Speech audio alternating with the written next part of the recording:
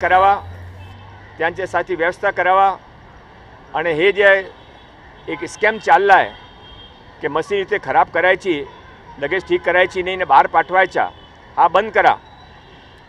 हा लोकांसाठी आहे।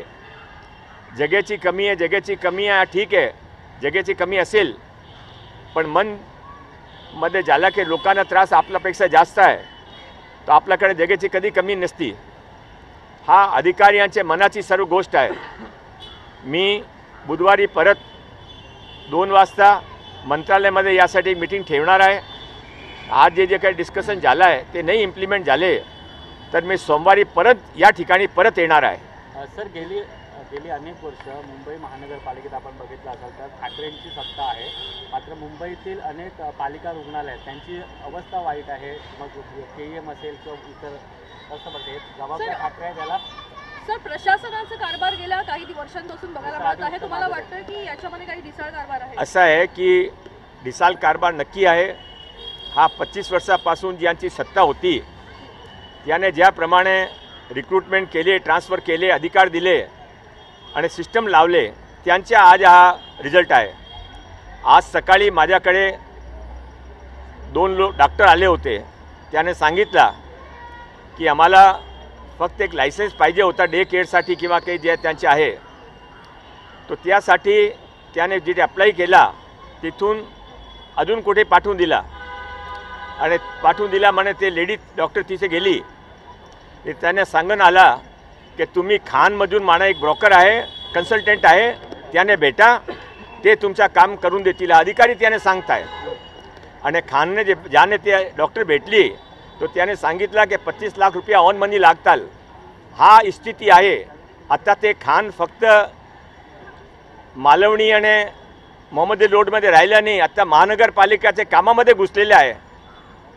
हा एक अतिशय लाजस्पद गोष्ट आहे। मी जे काय हा घटनाचा विस्तृत ब्यौरा कमिशनरकडे देणार आहे आणि माननीय मुख्यमंत्रीजी ते पण निर्देशामध्ये आणणार आहे।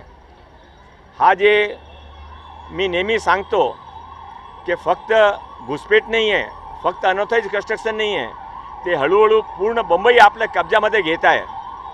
हा एक आज सकाळचा उदाहरण मी तुमच्या समोर मांडला ना। हा केएममध्ये जे काही आज चाललेलं आहे ते जोपर्यंत केएमचे लोकांचे निश्वास ते सर्व प्रॉब्लेम सॉल्व होत नाही तोपर्यंत मी प्रत्येक महिन्यामध्ये इथे येणार आहे। ते मला विजिट अलाउड केली की नाही केली, माझ्या जनप्रतिनिधी नाते माझी रेस्पॉन्सिबिलिटी कोणी मला थांबू शकत नाही। मी इथे येणार आहे, लोकांचे ऐकणार आहे आणि जोपर्यंत सॉल्युशन होणार नाही तोपर्यंत मी त्यांचे फॉलोअप पण करणार आहे। अत्यंत गंभीर गोष्टींचा उल्लेख केला सर, खरं तर ते खानचे लाड अधिकारी करताय, मेडिकल अधिकारी यांच्याकडे हातामध्ये लायसन्सचा सिग्नेचर आहे। हा मी स्वतः ऐकलेली गोष्ट, आज सकाळची गोष्ट आहे। तुम्ही आता उल्लेख केला, अनेक गंभीर गोष्टींचा उल्लेख केलात की अधिकाऱ्यांचा निर्ढवलेपणा असेल, एएमसीला तुम्ही बोललो ते देखील आले नाही, त्यांनी देखील अनुपस्थिती दर्शवली, किंवा तपासण्यांसाठी बाहेर लोकांना कसं पाठवलं जाईल किंवा इतरांकडनं कशा पद्धतीने सर्वात मोठी पोखरून निघाली, याला कोण जबाबदार आहे? ह्याच्या जबाबदार 25 वर्षात ज्याने महानगरपालिकामध्ये हा सिस्टम उभा केला ते लोक त्यांचे जबाबदार आहे। पण आत्ता जे काही हा सिस्टम चालवत आहे त्याने पण हा रेस्पॉन्सिबिलिटी घ्यावी लागेल, करेक्शन करावा लागेल।